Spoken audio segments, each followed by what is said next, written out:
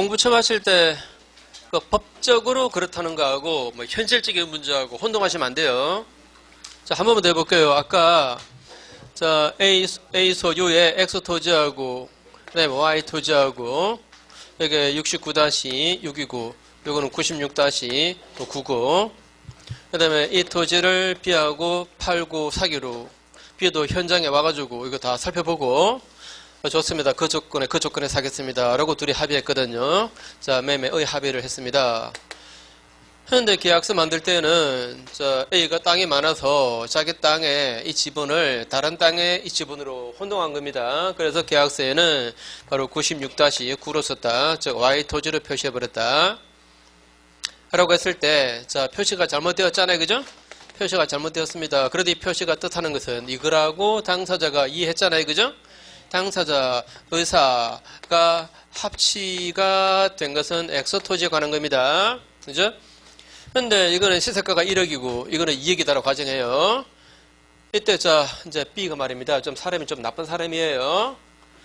계약서에 이렇게 표시됐으니까 이걸 이용해서 자기는 이 땅을 가지고 싶다 이 말입니다. 그죠? 이 땅을 가지고 싶어요.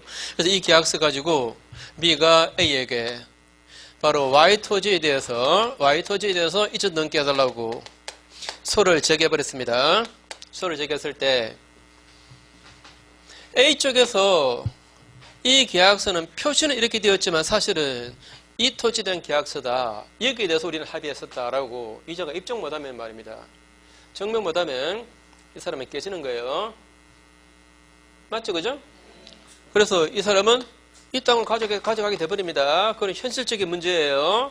그러니까 아까 말씀드린 거 자 이거 O 표시지만 당사자 의사는 X 토지에 대한 거니까 이거는 X 토지에 대한 계약서다. X 토지에 대해서 성립하는 계약서다라고 하는 것은 법리적으로 그렇다 이 말입니다. 법리적으로 그래도 이게 다 드러나지 못하고 또 입증해야 될 사람이 입증 못하고 이러면 그럼 당할 수도 있는 거예요. 그 문제하고 혼동하시면 안 돼요. 그죠? 그래서 아까 다시 말씀드린 거 민법적인 판단은 모든 사실관계가 진정하게 다 드러났다는 걸 전제로 하는 판단입니다. 아시겠죠? 그죠? 그 증거 입증 책임 문제는 이거는 소송에서 또 다른 문제예요. 그죠? 그러니까 우리가 보면은 분명히 나한테 권리가 있음에도 불구하고 법원에서 재판장에서 자기가 증명을 못하는 바람에 패소하는 경우는 얼마든지 생겨날 수 있는 문제입니다. 그죠? 그죠? 그 문제하고 혼동하시면 안 됩니다. 그죠? 분명히 진정한 권리대로 판결이 안 내려질 수도 있는 거예요. 그죠? 그래서 판사도 어쩔 수 없습니다. 흔히 그런 말 하잖아요. 아마 판사의 오판율은 그러니까 진실과 진짜 부합하지 않는 그런 오판율은 아마 30% 넘을 거다 이런 얘기를 해요. 그거는 입증을 못하기 때문에 그런 결과가 생겨날 수 있겠죠. 그죠? 이해하시겠죠? 자, 그런 문제를 일단 다 차치하고 자, 우리가 하는 판단은 뭐다? 이미 다 사실관계가 증명을 통해서 다 드러났다 하는 걸 전제로 하는 판단이 바로 민법적인 판단이에요. 이해하셨죠? 자, 그 다음에 67페이지에 자, 비정상적 의사표시에서 67페이지 자, 비정상적 의사표시에서 그 중간에 진의 아닌 의사표시라고 나오죠? 진이 아닌 의사표시 줄여서 뭐라 그럽니까? 비진의 표시라 그러죠. 비진의 표시. 자, 말이 좀 어렵습니다. 비진의 표시. 자, 진이 아닌 의사표시. 자, 예를 들어 볼게요. 자, 이거 보세요. A라는 사람의 소유 주택을 B가 임차인입니다.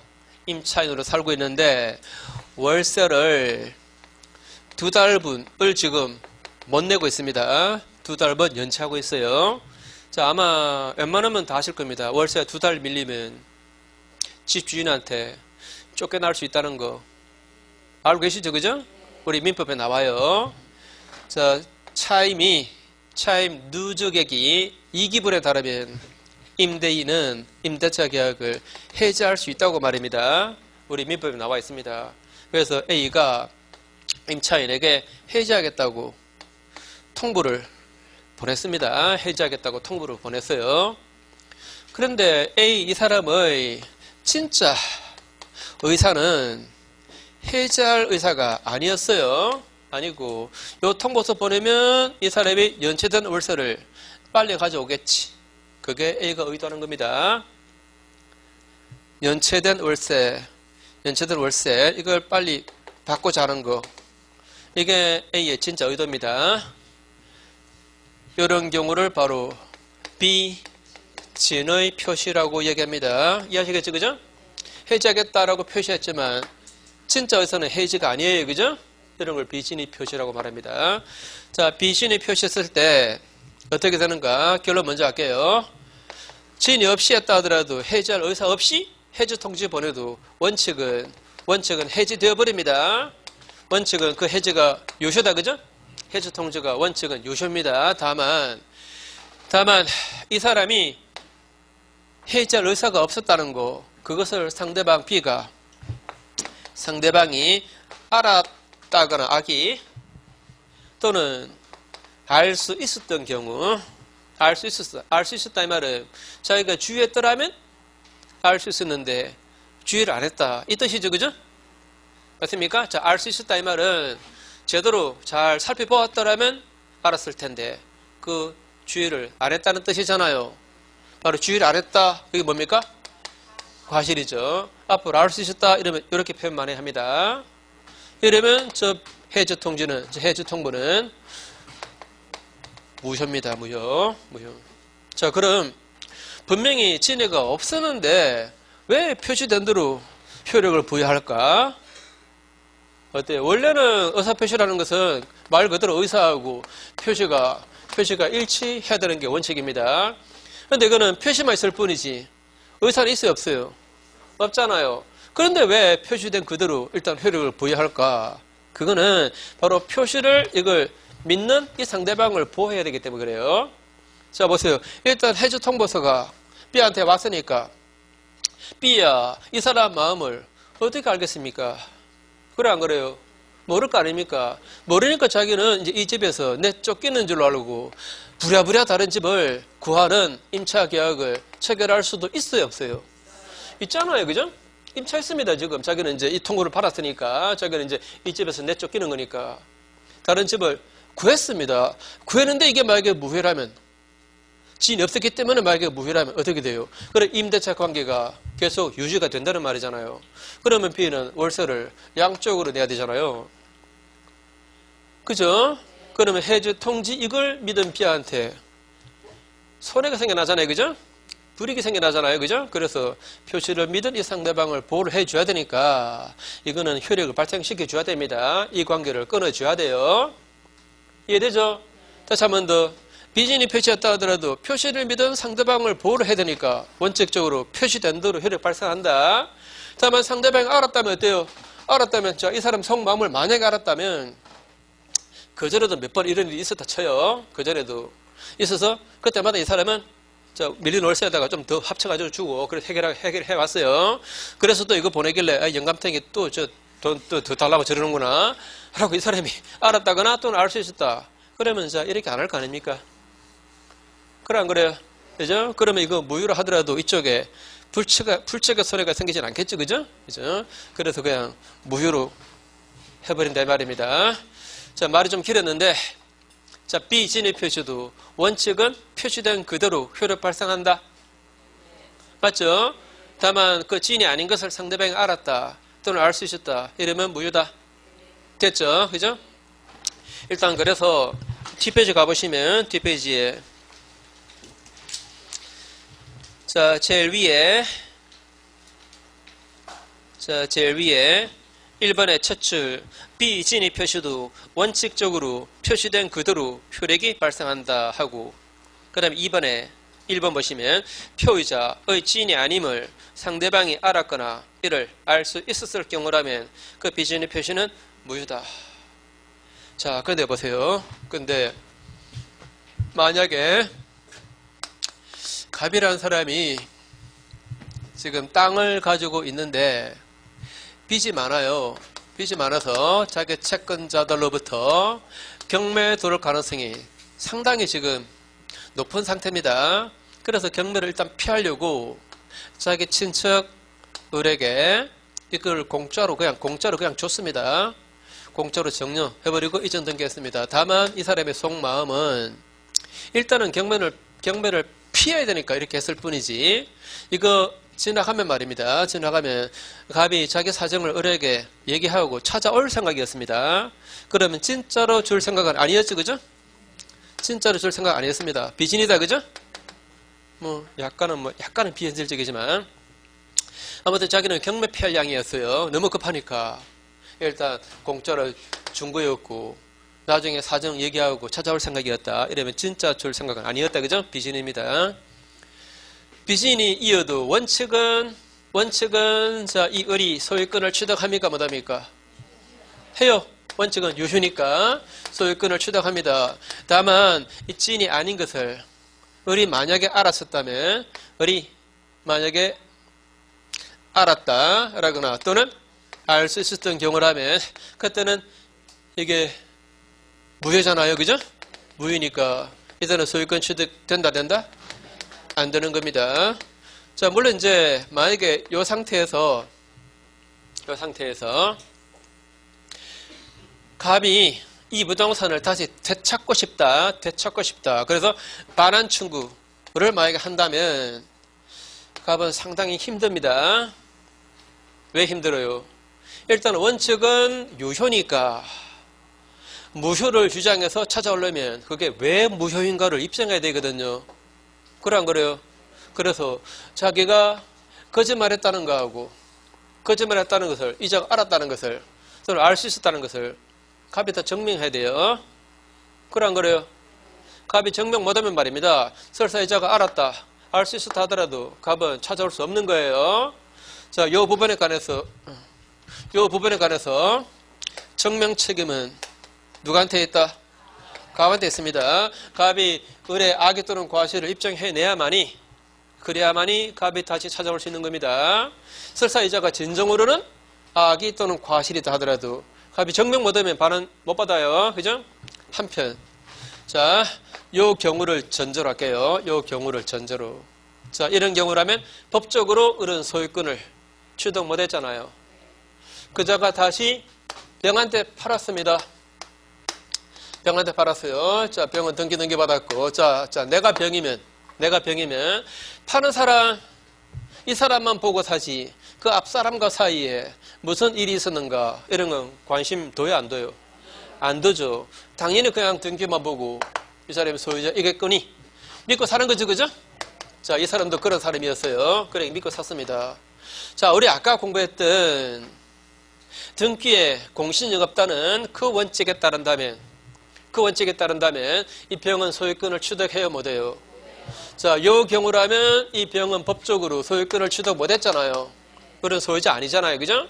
그리고 등기에 공신력 없으니까 이 병은 소유권을 취득 못하겠죠, 그죠? 이자가 소유권을 취득 못한다는 것은 그럼 누가 보호를 받는다는 겁니까? 누가 보호를 받는다는 거예요? 갑이 보호받게 되잖아요, 그죠?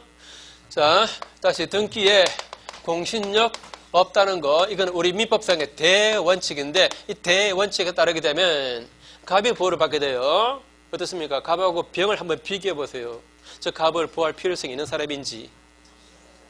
자기가 거짓말 치는 바람에도 다 생겨난 문제 아닙니까?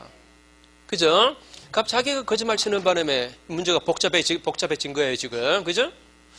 그래서 우리가 자, 아무리 원칙이 있다 하더라도 그 예외가 또 항상 있을 수 있잖아요, 그죠?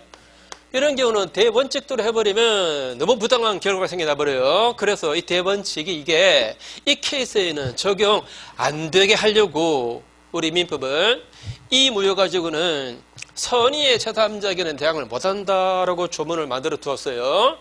이 경우는 갑이 이 병한테 반환 청구할 수가 있다 없다? 못하게 해놓았습니다. 107조 2항에 규정을 해놓았어요. 이 경우는 갑은 이 병한테는 반환 청구 못하고 을에게 부당이득 반환 청구할 수밖에 없어요. 그래 안 그래요? 당신이 병한테 팔고 받은 돈 있잖아요. 그 돈 나한테 넘겨라 라고 부당이득 반환 청구하든지, 또는 남의 땅을 왜 팔아먹었냐 이놈아 이러면서 불법행위 책임으로서 손해배상을 청구하든지, 이쪽에다가 해야 됩니다. 이쪽에다가 손해배상을 청구하든지 이것도 쉽지 않습니다. 이거 청구할 때도 내가 거짓말했다는 것을 이자가 알았다라고 과반 입증해야 돼요. 맞죠? 그죠? 이해되죠? 자, 그래서 조문을 보시면 자, 107조 조문 1항에 의사표시는 표의자가 자, 67페이지입니다. 67페이지에 그 조문 107조 있죠? 의사표시는 표의자가 스스로 진이 아닌 것을 알고 했다 하더라도 내가 거짓말한다는 사실을 알고 했다 하더라도 그래도 효력이 있대요. 왜 효력이 있다 그랬죠? 표시를 믿는 상대방을 보호를 해줘야 되니까. 그러나 상대방이 표의자의 진이 아님을 알았거나 알 수가 있었을 경우라면 그때는 무효래요. 다만 이 항에 그렇게 무효가 되더라도 선의의 제3자에게는 대항하지 말한다라고 해놓았죠. 그죠? 자, 다시 한 번 더. 자, 상대방의 악이 이어서 또는 과실이 있어서 무효가 되더라도 저 이자가 소유권을 취득 못했다 하더라도 그 사실로 선의의 제3자에게 대항할 수 있다 없다? 없다라고 해놓은 거예요. 취지 이해하시겠죠? 그죠? 반환 청구를 못합니다. 자, 그다음 그 뒷페이지에서 뭐 다른 건 이제 대충 감을 잡았고, 그 68페이지에 그 밑에 박스 있죠? 그 박스 제목이 잘못 붙었습니다. 편집하는 사람이 이거 실수한 건데, 그 등기의 공신력 문제와의 비교라고 돼 있죠? 이건 등기의 공신력 문제와의 비교가 아니고, 거기다가 그거 지워버리고 이렇게 쓰세요. 비진의 표시와 제3자 보호라고 쓰세요. 비진의 표시와 제3자 보호. 라고 쓰시고, 자, 내용은 별거 아닙니다. 자, 제가 방금 설명드린 이 내용이에요. 됐죠? 방금 설명드린 거, 요 내용입니다. 각자 한번 읽어보시면 돼요. 그 다음에 넘어가셔서 70페이지. 허위 표시입니다. 허위 표시.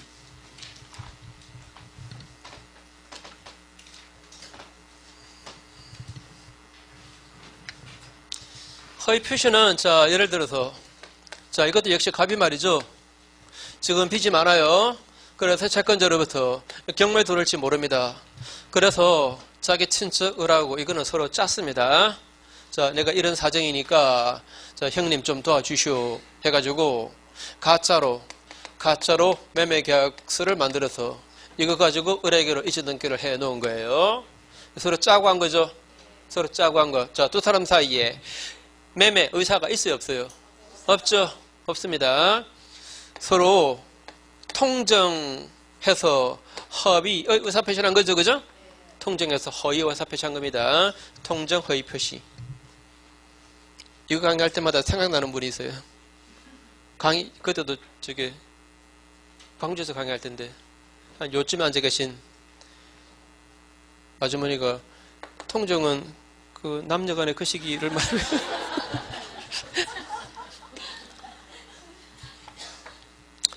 자, 이거 서로 짜고 했다, 그죠? 서로 짜고, 지금 가짜 계약을 만들었다, 그죠?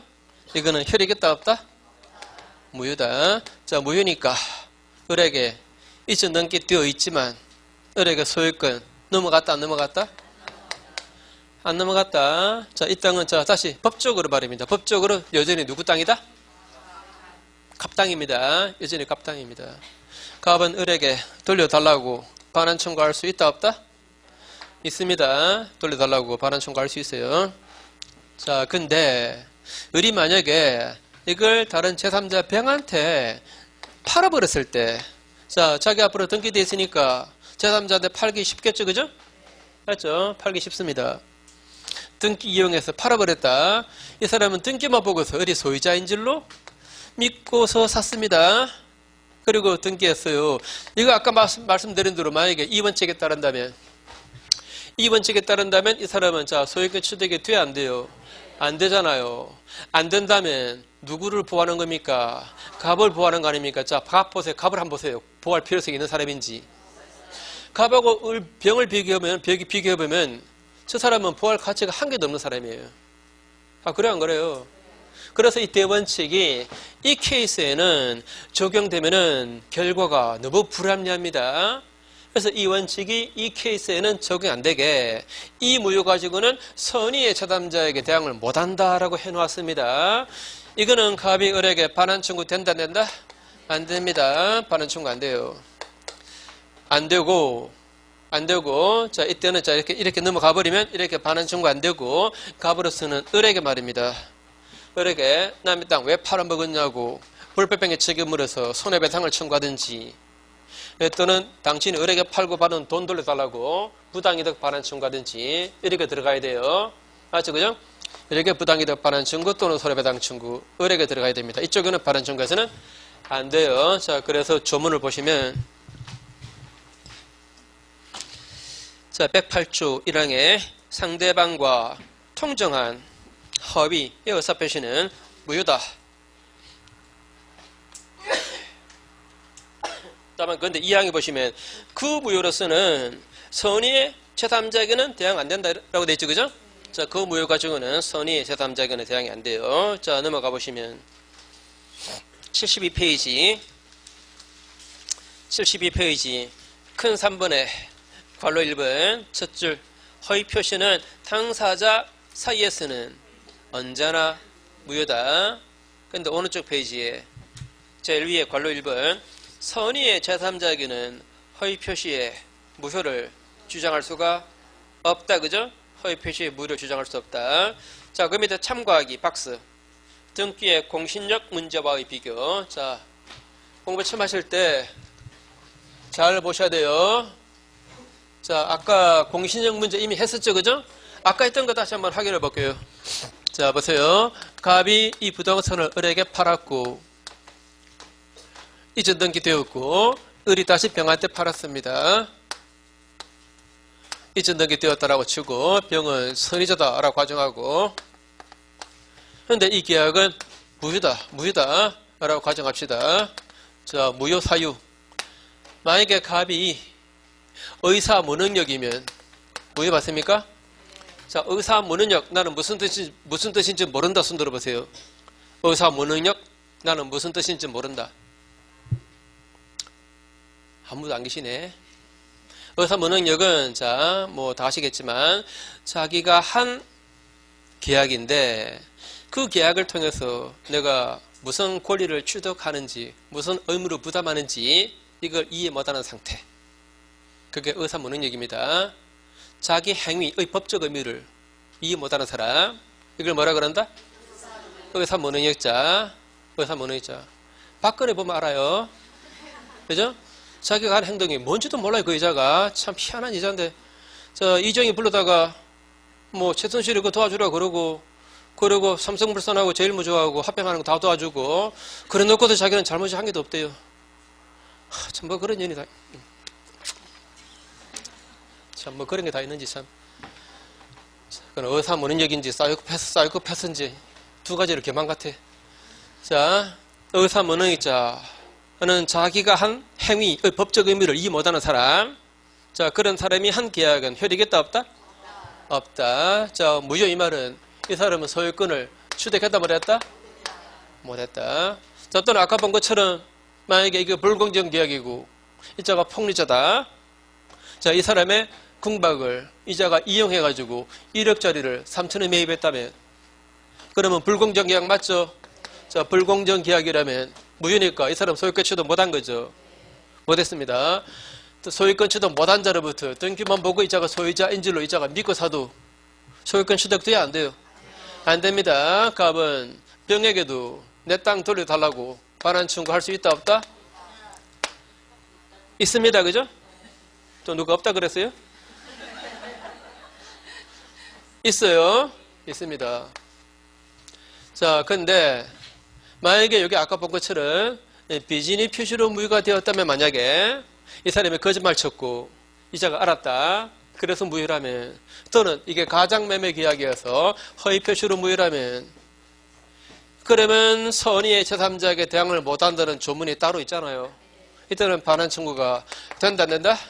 안 된다. 자, 그런 말이죠. 이게 원칙적인 모습입니까? 이게 원칙적인 모습입니까?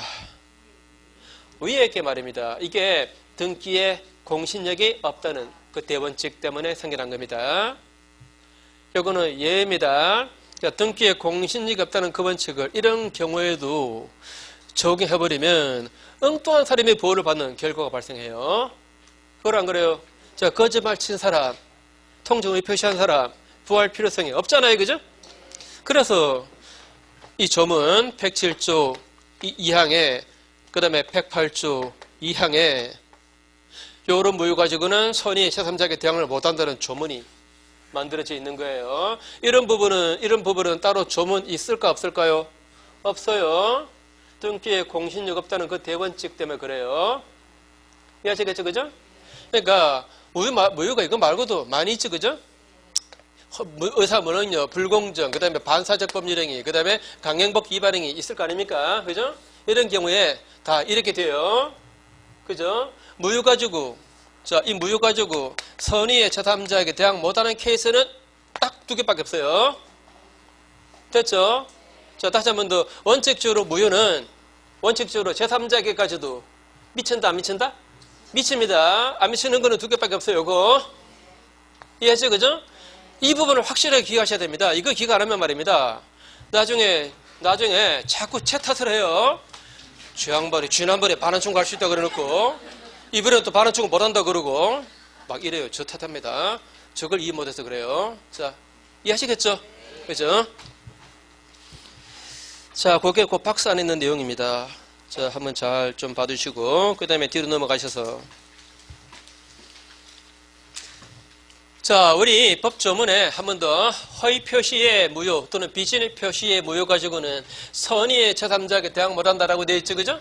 선의의 제3자에게 대항을 못한다. 법조문에 선의이며 무과실인 제3자에게 대항을 못한다라고 되어 있지 않잖아요. 그래 안 그래요? 다시 한 번 더 허위 표시의 무효 가지고 선의의 제3자에게 대항을 못한다라고 되어 있어요. 선의이며 과실 없는 제3자에게 대항을 못한다. 이렇게 되어 있지 않습니다. 법조문 없는 것은 함부로 요건을 부과하면 안 돼요. 요건데 제3자는 선의면 됩니다. 과실일 수도 보호돼요. 다시 선임 몰랐으면 돼요. 과실일 수도 보호된다 안 된다? 완전히 반항이네 반항. 바로 코앞에서. 다시 한 번 더.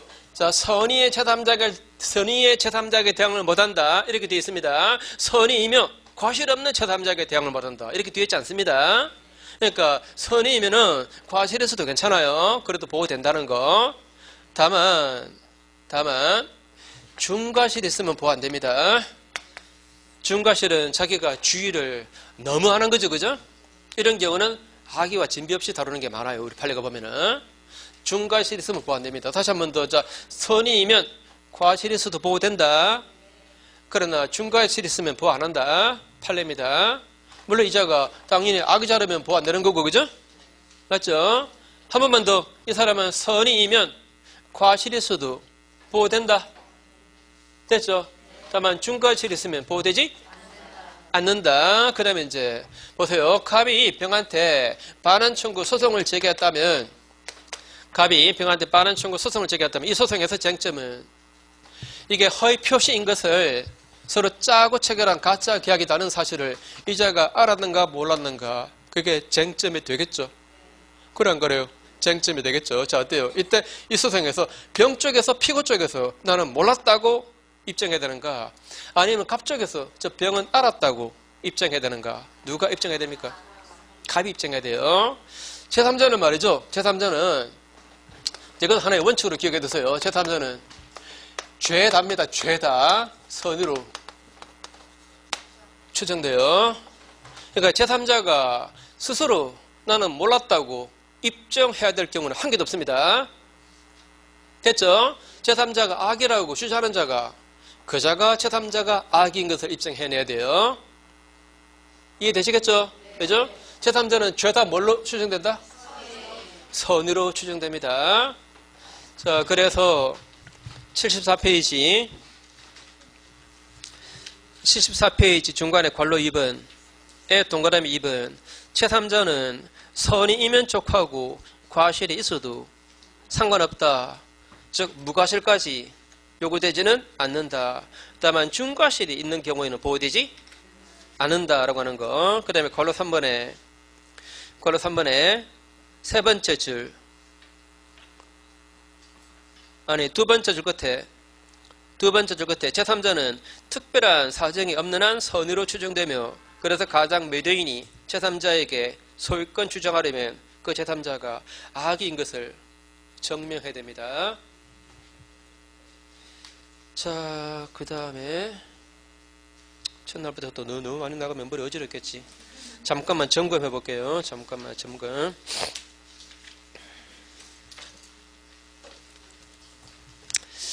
자, 매매 계약의 당사자인데 매수인이 대금 지급 안 해요. 그래서 매도인이 해제 통지를 보냈습니다. 근데 마침 그 매수인은 해외 출장 갔습니다. 해외 출장 가서 집에 있던 부인이 받았습니다. 부인은 해외 나가 있는 남편이 걱정할까봐 해제 통보서가 들어왔다는 것을 알려주지 않았습니다. 그래서 남편은 몰라요. 자, 이 계약 해제되었다 안 되었다? 되었다. 상대방이 알았다 몰랐다는 관계없는 겁니다. 알 수 있는 상태가 되었다. 부인이 받았으면 남편은 알 수 있는 상태가 되었잖아요. 그래서 그 다음에 어떤 의사표시를 취소든 해제든 간에 의사표시를 보낸 후 갑자기 교통사고로 죽었다거나 또는 법원에서 한정, 후견, 개시 선고를 받았다 하더라도 이게 상대방에게 도달하면 정상적인 효력이 그냥 생겨나 버립니다. 그래 안 그래요? 그죠? 의사표시를 발송 후 사망하더라도 제한 능력자가 되더라도 도달에 따른 효력 발생에는 아무런 영향이 없어요. 그죠? 자, 그 다음에 비진의 표시. 자, 비진의 표시, 진이 없이 한 의사표시. 쉽게 말해서 거짓말한 거. 원칙적으로 표시된 그대로 효력 발생한다. 맞죠? 다만 그 진이 아닌 것을 상대방이 알았거나 알 수 있었다면 그때는 무효입니다. 다만 상대방이 알았다는 거, 알 수 있었다는 거, 입증 책임은 누가 부담한다? 비진의 표의자, 그죠? 비진의 표의자가 부담해요. 그래서 상대방이 알았거나 알 수 있었기 때문에 무효 이어서 상대방의 소유권을 취득 못했다 하더라도 그자가 제3자 병한테 팔아버렸을 때 그 병의 선의자라면 갑은 그 병한테 반환 청구가 안 돼요. 맞습니까? 그러니까 이 경우에 보세요. 이 경우에 갑이 병한테 반환 청구해서 이 소송에서 만약에 소송에서 이기려면 말입니다. 엄청 힘들어요.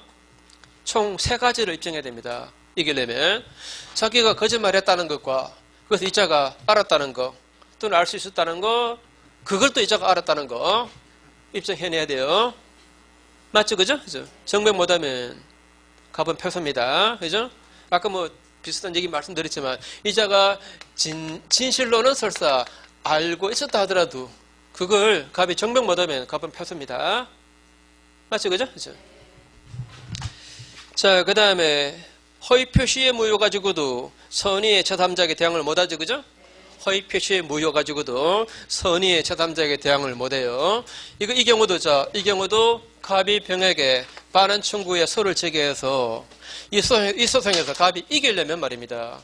이자가 악의인 것을 갑이 증명해내야 돼요. 맞죠? 그죠? 이자가 설사 진실로는 악의였다 하더라도 그걸 갑이 증명 못하면 갑은 이 소송에서 패소입니다. 그런데 이자는 선의자면 됩니다. 과실에서도 괜찮아요. 다만 중과실이 있으면 그러면 보호되지 않습니다. 자, 한 번 더. 제3자는 어느 경우에나 다 선의로 추정된다. 맞죠? 그죠? 누가 엑스래? 주목받고 싶어서. 자, 물론 제가 지금 방금 드린 말씀이 사실 법적으로 완전히 정확한 말은 아니에요. 그러니까 우리가 공부하지 않는 어떤 범위에서는 제3자가 악의로 추정받는 경우도 있긴 있어요. 근데 그건 우리 시험 범위 아니기 때문에 제가 이렇게 말씀드린 거예요. 우리가 공부하고 있는 범위 내에서는 제3자는 죄다 말입니다. 선의로 추정돼요. 제3자가 스스로 나는 몰랐다고 입증해야 될 경우는 없습니다. 그렇게 기억을 해두세요. 자, 그러면 그 등기의 공신력 문제하고 기억나시죠? 한 번만 더. 이거 워낙 이게 법리적으로 한 번만 더. 자, 워낙 이게 공부 처음 하실 때 자꾸 헷갈리니까. 자, 무효 사유 한번 쭉 해봅시다. 자, 우리 공부한 거 예컨대 갑이 의사 무능력이다. 무효 맞죠? 그 다음에 이게 만약에 반사적 계약이다. 무효 맞죠? 이 사람이 폭리자인 불공정 계약이다. 왜 맞죠? 강행법규 위반이다. 강행법규 위반이다. 자, 무효 맞죠? 그죠? 자, 무효 이 말은 이 사람은 소유권을 취득 못했다는 말입니다. 이전 등기했다 하더라도 이때 등기보고이자가 소유자인 줄로 병이 믿고 사도 소유권 취득이 안 돼요. 그래서 갑은 내 땅 돌려줘 라고 반환 청구할 수가 있습니다. 반환당한 병은 이렇게 책임 물을 수밖에 없어요. 그런데 무효 중에서 유의하게 비진입 표시하고 허위 표시 요 무효 가지고는 선의의 제3자에게 대항 못해요. 그죠? 맞죠? 그죠? 자, 오늘 여기까지만 합시다. 자, 복습 좀 잘해주세요. 다음 주에 뵙겠습니다. 감사합니다.